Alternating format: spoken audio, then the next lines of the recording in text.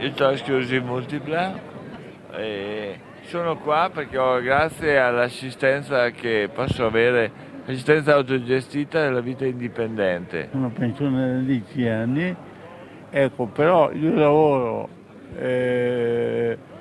da sempre per gli altri. Ecco l'assistenza, l'aiuto, la solidarietà, anziani, disabili, soli, che si aiutano a vicenda perché le forme di accompagnamento previste dalla Regione non sono più garantite. 200.000 anziani in tutto il Veneto, al Teatro Tognoloche vedete sono soltanto una minima parte, ma hanno cercato di parlare questa mattina a nome di tutti. Questa manifestazione è proprio dedicata alla non autosufficienza. In ordine ai diritti, che venga rivalutata la nostra pensione. Cosa vuole chi chiede assistenza? Ci sono persone peggio di me, comunque l'assistenza fa schifo.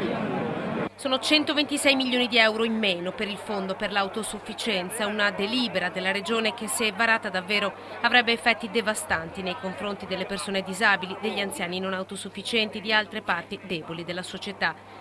Contributi in meno per l'assistenza domiciliare, per il trasporto dei disabili, per il telecontrollo e il telesoccorso. Avevo mia madre con una badante che avevo messo in regola e adesso purtroppo è mancata, però quando ho visto la fine che ho dovuto dargli una buona uscita sono rimasto un po' così. Il nostro modello pubblico che abbiamo praticamente dare a votare un rebus. Questa è libertà e vita e quindi ci permette di fare quello che fanno tutti. È un diritto degli abili vedere come funziona la vita e come affrontare difficoltà, perché non siamo inossidabili, nessuno.